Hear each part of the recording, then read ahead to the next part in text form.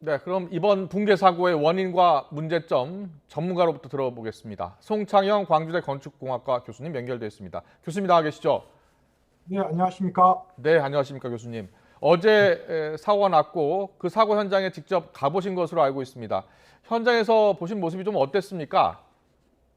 어제와 오늘 2회에 걸쳐서 갔다 왔고, 예, 또 세계 도면이라든가 또 추가 영상들을 보면서 건설 기술인의 한 사람으로서 굉장히 참담하고 정말 부끄럽다고 생각합니다. 네, 예. 우리나라의 일군 건설업체에서 이런 일이 발생했을까라고 믿기지가 않습니다. 예. 예, 원인에 대해서는 조금 이따가 더 자세히 여쭤보도록 하고요. 일단 지금 인명 수색이 돼야 되는 상황인데 추가 붕괴 우려가 있습니다. 현장에서 보시니까 좀 어떠셨습니까? 네, 지금 제가 봤을 때는 당시에 어제 3시 40분경에 콘크리트 타설을 하면서 네, 그러한 작업 하중과 또 충격 하중에 의해서 바닥 슬래브가 도미노 현상처럼 붕괴되면서 외부 벽체와 함께 붕괴가 된 거 아니겠습니까? 예, 예, 그래서 그런 전반적인 것들을 봤었을 때 사실은 저희 건축공학적으로 그런 작업 하중이나 충격 하중은 굉장히 큰 거거든요. 네, 그렇기 때문에 그 공학적으로 봤을 때는 추가 붕괴까지는 없을 수도 있습니다만은 그러나 재난안전은 항상 불확실성과의 싸움이기 때문에 네, 조심하고 또 조심해야 될 것 같습니다. 예, 예. 조심해야죠. 구조 작업 중 또 2차 사고가 날 수 예. 있으니까요. 지금 그렇습니다. 무너진 건물, 외벽이 무너진 건물 화면을 보면 그 네. 꼭대기층에서 중간, 그러니까 22층까지 연속해서 무너져 내린 장면이 무너지는 모습이 보이거든요. 어떻게 이렇게 한꺼번에 무너질 수가 있는 겁니까? 이게 이제 지금 현재 단계에서 정밀안전 진단을 해봐야 되기 때문에 지금 현재 예단할 수는 없습니다만은 예, 그 파괴 메커니즘을 제가 봤었을 때 또 설계 도면을 제가 면밀하게 검토를 해보니까 네네. 일단 첫 번째는 설계상에 약간 무리가 있는 것 같습니다. 설계상 무리. 예. 무슨 얘기냐면 지금 그 외부 벽체와 인접한 지금 붕괴된 그 바닥 슬래브를 지탱하고 있는 예. 기둥이라든가 벽에 이 수직 부재가 상당히 부족합니다. 이것은 아, 이제 잘 아시다시피 거실에서 외부 경관을 보기 위해서는 기둥이나 벽이 많이 있으면 아마 어떤 각이 부족할 거 아닙니까? 네. 그렇기 때문에 기둥 벽의 병량이 좀 부족했던 것 같고요. 예. 거기에다가 동절기 공사의 이 특성상 아무래도 방금 현대산업에서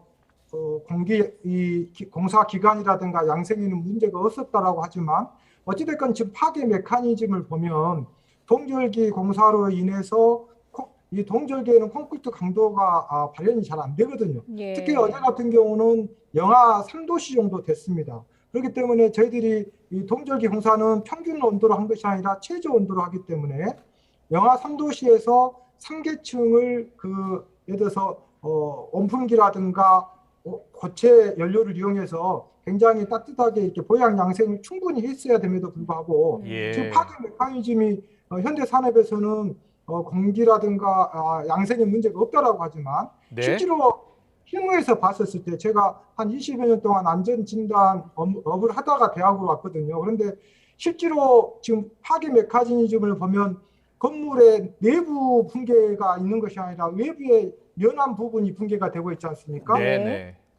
똑같이 온풍을 했다 하더라도 내부는 잘 양생이 되지만 어. 영하 온도로 떨어져 있는 외부는 아무래도 양생이 덜 되기 때문에 강도에 그렇겠군요. 네. 문제가 있었을 거라고 저는 판단하고 있습니다. 예, 예. 예. 이 아파트의 경우에는 올해 11월 완공 예정인데 이 완공 일자를 맞추기 위해서 눈이 오나 비가 오나 했다고 하거든요. 콘크리트 타설 작업이나 공사를요. 이런 것들도 좀 영향을 미쳤을 가능성이 있겠습니까? 글쎄 이제 전반적으로 11월 정도에 지금 준공 예정이라고 제가 알고 있는데 예. 글쎄 그다지 지금 속도전을 할 필요가 저는 없었다라고 저는 생각이 듭니다. 예, 그럼에도 예. 불구하고 파괴 이 메커니즘을 보면 네네. 그 콘크리트 보양 양생이 안 됐고 그런 양생이 안 된 것에 대해서 지금 이게 시스템 거푸집 공법이거든요. 네. 그러니까 네. 거푸집을 3계층을 한꺼번에 이게 밀어 올리는 공법인데 아, 층에 있는 2개 층의 콘크리트 강도가 충분해야만이 이 거푸집이 음. 지지를 해서 상부에 콘크리트를 타설 했었을 때 문제가 안 되는 건데 음. 밑에 네네. 층까지 조금 두개층의 콘크리트 강도가 부족했고 또 벽이라든가 벽의 양이 부족했기 때문에 지금 정확하게 지금 언론에서는 외벽의 붕괴 메커니즘이라고 하는데 사실은 제가 봤을 때는 오후 3시 40분에 콘크리트를 타설을 했고 그것을 지탱하고 있는 두 개의 벽체의 강도가 부족해서 거기에 외부 이 시스템 거푸집이 붕괴가 되면서 작업 하중과 충격 하중에 의해서 23층까지 이 슬래브 바닥 슬래브가 붕괴되면서 외벽과 함께 붕괴되는 이런 것이 파괴 메커니즘 영상을 보면서 추론이 될 수가 있겠습니다. 예. 아, 정말 너무 안타까운 사고인데요. 그 건설 현장에서 작업했던 노동자 6명 지금 연락 두절인 상황이잖아요.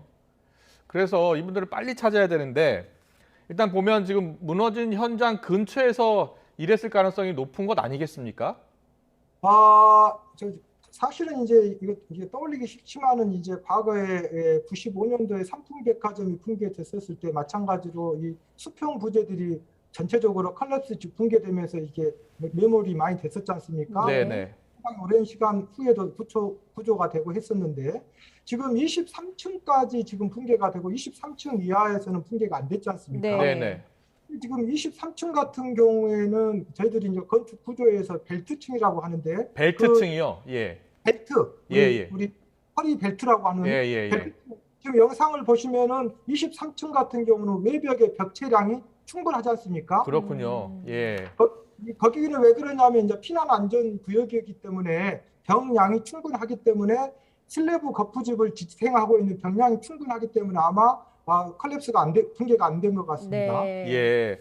거푸집을 통해서 쌓아 올라가는데 3개층씩 쌓아 올라가는데 충분히 이 콘크리트가 굳지 않았고 그러면서 최상층에서 무너져 내린 그 하중을 견디지 못해서 계속 무너져 밑으로 내려갔다 이런 말씀이시죠? 네네네. 예, 그 작업자들 같은 경우에는 뭐 알려진 바에 따르면 28층과 29층에서 소변 설비 작업을 하고 있었고 또 31층에서 34층 사이에 창호 작업을 하고 있었던 노동자들이 있었다 이렇게 이야기를 하고 있거든요. 그렇다면 지금 연락이 두절된 상태니까요. 어디쯤에 어떻게 좀 구조를 해야 되는지 지금 그게 가장 관심사거든요. 맞습니다. 이게 근데 지금 이제 제가 만약에 이제 이것을 제가 조은영 구단하고 바둑을 둬도 제가 이길 수 있다라는 것은 복귀를 하면 이길 수 있는 거지 않습니까? 지금 이러한 붕괴가 예측이 미연이 됐다라고 하면 동절기 공사의 특성상 지금 이런 수평 부재, 특히 지금 그 바닥 슬래브에 대한 수직 부재 지탱하고 있는 기둥이나 벽량이 지금 굉장히 도면상에서 부족하고 그다음에 기둥이나 벽 자체가 작은 상태에서 동절기의 강도도 조금 부족하고 이런 것들이 복합적으로 지금 이루어지는 거 아니겠습니까? 자, 그렇다면 당연히 동절기 공사에 있었을 때 현장 경험이 있는 관계자라면 수평 그 바닥 슬래브 밑에 철제 동발이 서포터를 더 오랫동안 전치를 시켜줬어야 됨에도 불구하고 지금 벌조 공사가 끝나고 후속 공정인 창호 공사라든가 설비 공사를 하려면 이 건설 현장에서 철제 서포트가 많이 있으면 공사하기가 불편할 거 아닙니까? 그렇기 때문에 이 철제 서포트를 너무 빨리 또 철거를 한 것은 아닌가 이런 것도 파괴 메커니즘으로 저희들이 추론할 수가 있는 거겠죠. 네.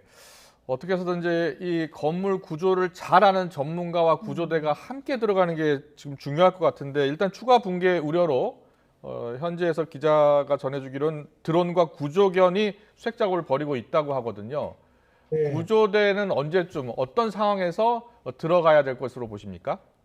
이게 이제 그 검의 양날인데요. 지금 이것을 일단 안전이 충분히 확보가 된 다음에 우리가 또 2차, 3차 사고가 일어나면 안 되지 않습니까? 그렇기 때문에 이런 부분들이 굉장히 크리티컬한 부분인 것 같습니다.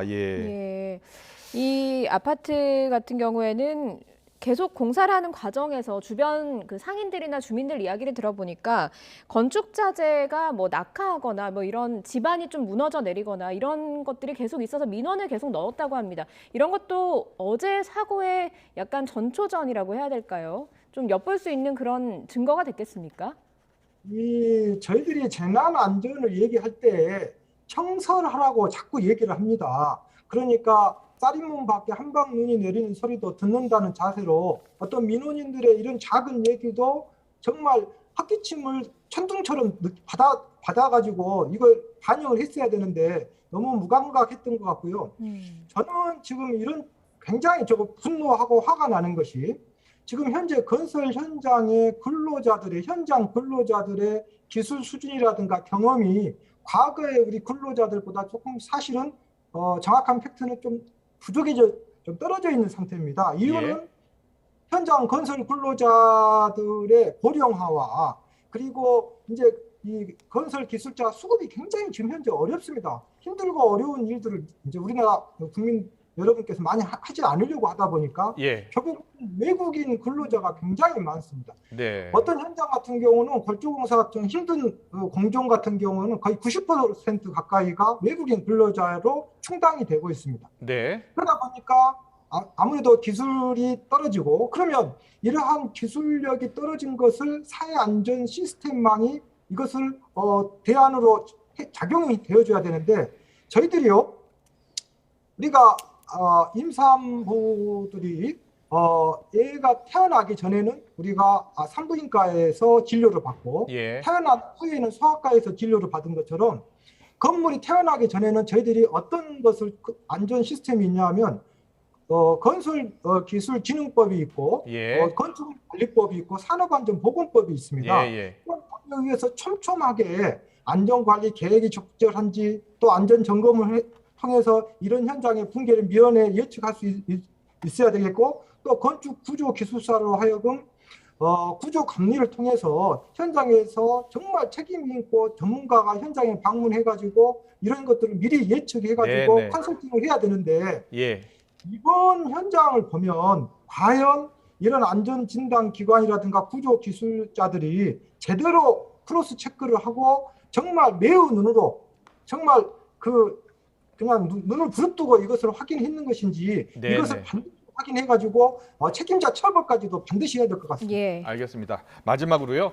지금 보니까 저 건물 22층에서 뭐 39층짜리 건물 5개가 지금 옆에 지어지고 있습니다. 그리고 올해 11월에 입주 예정이었고요. 그런데 부실공사 같기도 하고요. 입주를 해도 괜찮겠습니까? 이거는 이제 지금 현재 예단하기 당연히 힘들 것 같고요. 그러나 정말 제로 상태에서 정밀 안전 진단을 통해서 반드시 시민의 생명과 재산을 반드시 확보하게 된 상태에서 이걸 진행했으면 좋겠습니다.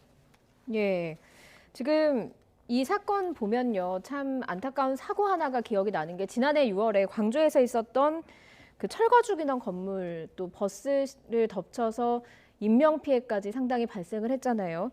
이제 당시 업체가 현대산업개발이었고 이번에도 역시 현대산업개발이었는데 왜 같은 업체에서 이렇게 비슷한 사고가 발생을 하는 겁니까?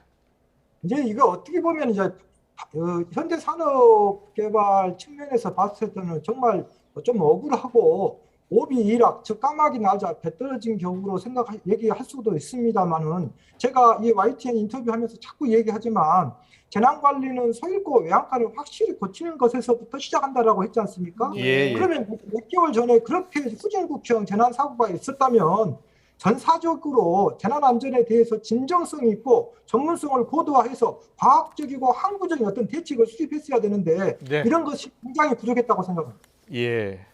알겠습니다. 지금 일단 사고가 왜 났는지부터 제대로 분석을 해야 되겠고요. 무엇보다도 현재까지 연락이 끊긴 6명의 근로자들, 우리 노동자들 빨리 생還소식이 전해졌으면 좋겠습니다. 지금까지 송창영 광주대 건축공학과 교수와 함께했습니다. 잘 들었습니다. 고맙습니다.